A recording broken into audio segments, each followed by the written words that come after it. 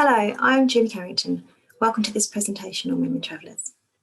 I work in the collections team at the Royal Geographical Society, and I especially help to look after the library and archive material. Today we're going to look at three very different women, and starting us off is Mary Kingsley. Mary Kingsley first set off on her travels to Africa in 1893. She was brave and daring, and it was noted she was fond of wearing an astrakhan cap, which she pulled down firmly over her forehead. This very hat now forms part of the RGS collections and certainly saw some action. Staying with a Fan tribe noted for their cannibalism, she woke up in the night noticing the smell in the hut was violent. Tracking it down to some bags hanging from the roof, she tipped the contents into this hat to discover a human hand, 3 big toes, 4 eyes, 2 ears, and other portions of the human frame. All signs of a cannibal feast. Her adventures did not just include staying with cannibals. Her routes were arduous and dangerous. She canoed down rapids, detoured through swamps, often arriving at villages not welcoming to strangers, and escorted by tribesmen who did not always get along.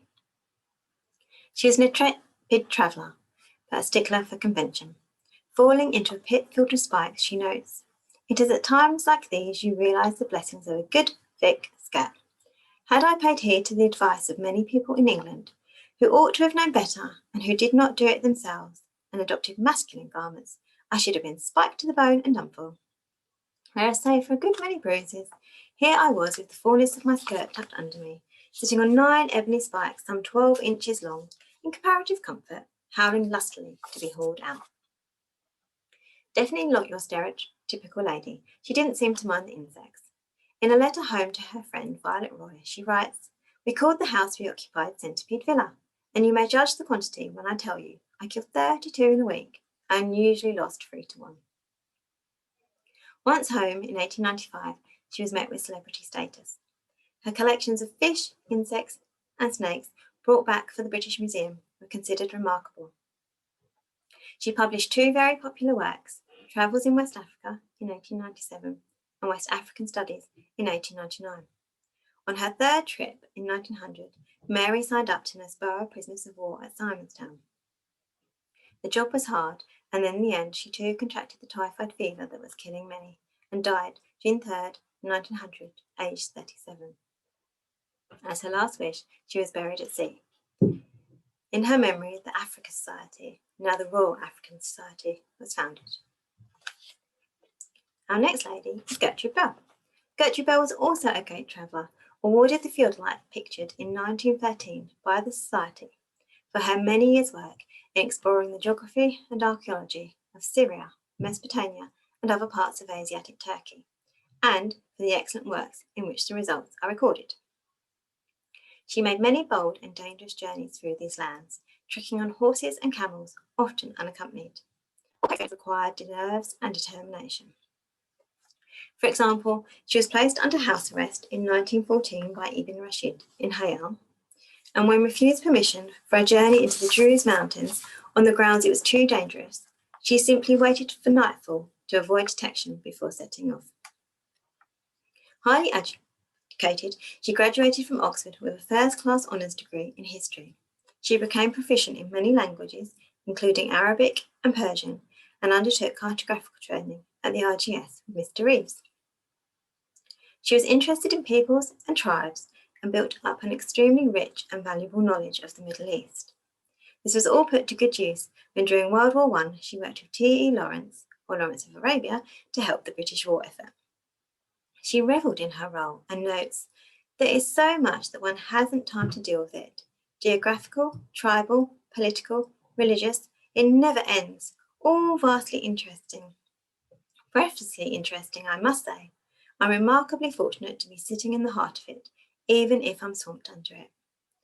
The only female representative of the British government, she attended the 1919 and 1921 peace conferences and helped plan the boundaries of Iraq and Iran. While documenting her travels with photographs and notebooks, she published successful works, including The Desert and the Somme in 1907. She was also an accomplished climber, and although she wore trousers for the climbs, like Mary Kingsley, she too observed conventions, always changing back into full skirts before heading home.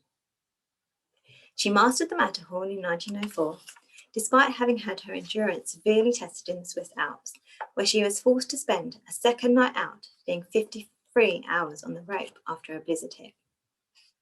Her guide on this expedition, full of praise and gratitude, later writes, "Had she not been full of courage and determination, we must have perished." In recognition of her achievements, she has a peak named after her in the Engelhorn Alps. A keen archaeologist, an interest sparked by her family trip to Greece, many of her journeys included stops at archaeological digs and led her again to working with prominent men in the field, for example, Sir William Ramsay in Asia Minor. In Baghdad, she set up the National Museum of Iraq and as Director of Antiquities set about preserving the history and culture of the region and overseeing further excavations and care of objects. She made Baghdad her home, where she was to die in 1926, aged 57, from a possible overdose of sleeping pills. Gertrude Bell had built up a real affinity with the Middle East, having come to love the land, its sights, and its sounds. Our last lady is Catherine Routledge. Catherine Routledge was an impressive archaeologist and anthropologist. She carried out extensive research into Easter Island in 1914 to 15. Her surveys, notebooks, and detailed findings on the stone statues and research into the islanders themselves resulted in the very well received Mystery of Easter Island, published in 1919. Although a scientific publication was on the cards, Catherine's mental health deteriorated, and in 1928, after hiding her work, throwing her husband's clothes out of the window, and locking him out of the home, she was institutionalised and died in 1935. Catherine, like Gertrude Bell, had a very deep interest in peoples.